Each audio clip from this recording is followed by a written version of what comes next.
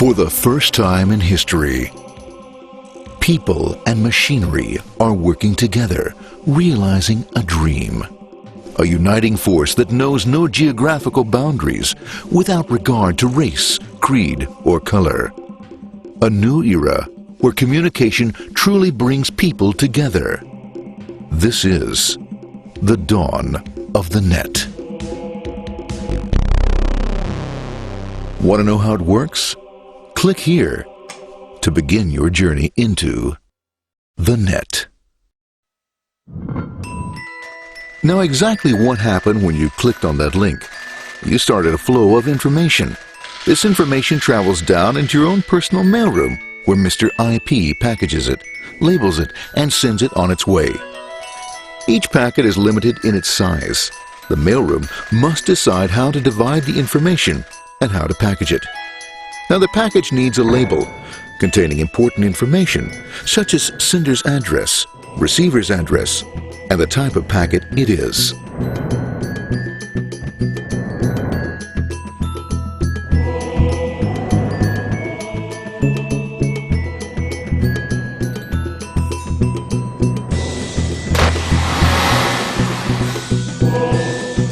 Because this particular packet is going out onto the internet, it also gets an address for the proxy server, which has a special function, as we'll see later. The packet is now launched onto your local area network, or LAN. This network is used to connect all the local computers, routers, printers, etc. for information exchange within the physical walls of the building. The LAN is a pretty uncontrolled place, and unfortunately, accidents can happen.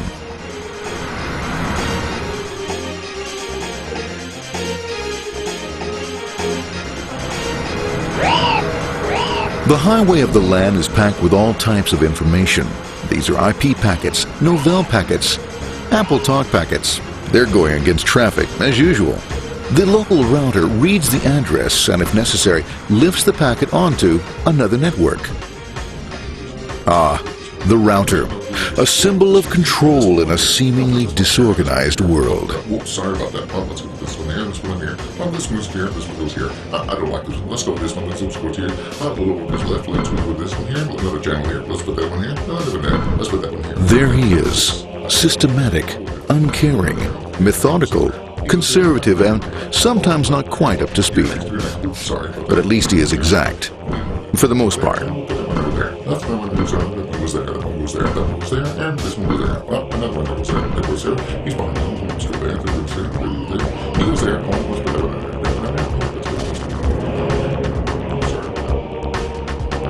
there. As the packets leave the router, they make their way into the corporate intranet and head for the router switch. A bit more efficient than the router switch plays fast and loose with IP packets, deftly routing them along their way. A digital pinball wizard, if you will. Here we go, here comes another one, and it's another. Watch this, Mom. Here goes, whoop, we're on the back. Hey, in there, over the left, over the right, over the left, over the right. You got it, here it comes, right on, he shoots, he scores, it's going. Hey, wait, watch out, here comes another one. Oh, here we go, and it's gone, As packets arrive at their destination, they're picked up by the network interface, ready to be sent to the next level. In this case, the proxy. The proxy is used by many companies as sort of a middleman in order to lessen the load on their internet connection, and for security reasons as well. As you can see, the packets are all of various sizes, depending upon their content.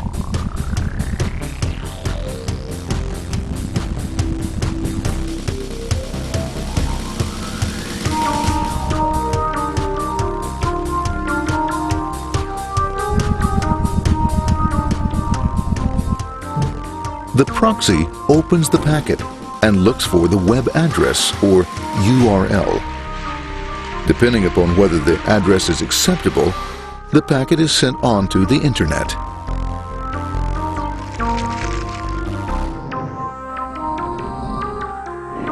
There are, however, some addresses which do not meet with the approval of the proxy, that is to say, corporate or management guidelines. these are summarily dealt with. We'll have none of that. For those who make it, it's on the road again.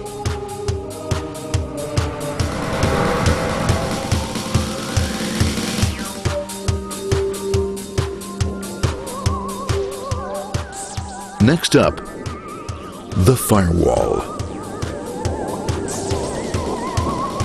The corporate firewall serves two purposes.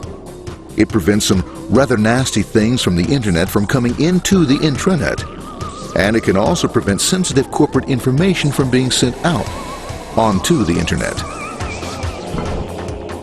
Once through the firewall, a router picks up the packet and places it onto a much narrower road, or bandwidth, as we say. Obviously, the road is not broad enough to take them all. Now you might wonder what happens to all those packets which don't make it along the way. Well, when Mr. IP doesn't receive an acknowledgement that a packet has been received in due time, he simply sends a replacement packet. We are now ready to enter the world of the Internet. A spider web of interconnected networks which span our entire globe. Here, routers and switches establish links between networks. Now, the net is an entirely different environment than you'll find within the protected walls of your LAN. Out here, it's the Wild West.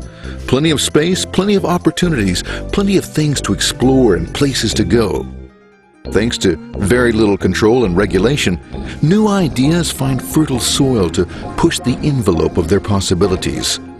But because of this freedom, certain dangers also lurk. You'll never know when you'll meet the dreaded ping of death. A special version of a normal request ping, which some idiot thought up to mess up unsuspecting hosts.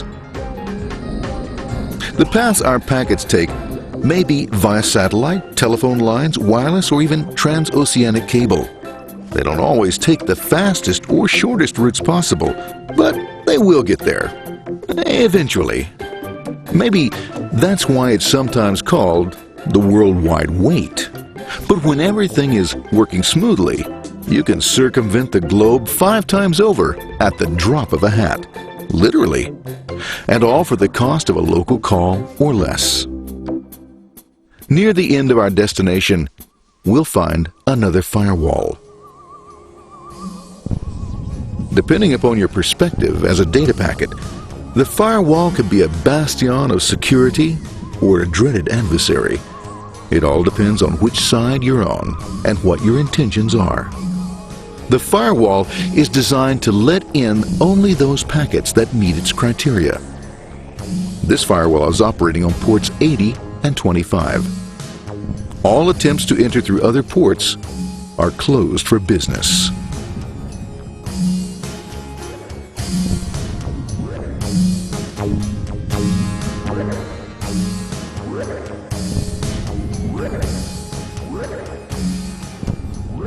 Port 25 is used for mail packets, while Port 80 is the entrance for packets from the Internet to the web server. Inside the firewall, packets are screened more thoroughly. Some packets make it easily through customs, while others look just a bit dubious. Now, the firewall officer is not easily fooled, such as when this ping of death packet tries to disguise itself as a normal ping packet. It's okay, go on. It's okay. No problem. Have a nice day. Be out of here. Bye. For those packets lucky enough to make it this far, the journey is almost over. It's just a line up on the interface to be taken up into the web server. Nowadays, a web server can run on many things, from a mainframe to a webcam to the computer on your desk, or why not your refrigerator? With a proper setup, you can find out if you have the makings for chicken cacciatore or if you have to go shopping. Remember, this is the dawn of the net. Almost anything's possible. One by one, the packets are received, opened, and unpacked. The information they contain, that is, your request for information, is sent on to the web server application.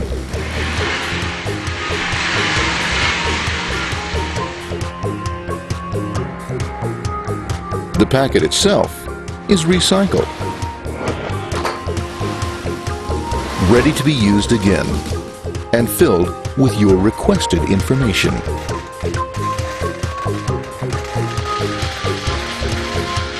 Addressed and sent out on its way back to you.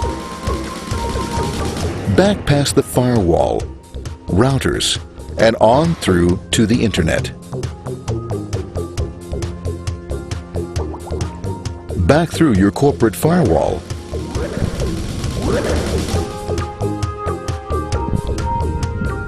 And onto your interface. Ready to supply your web browser with the information you requested. That is, this film.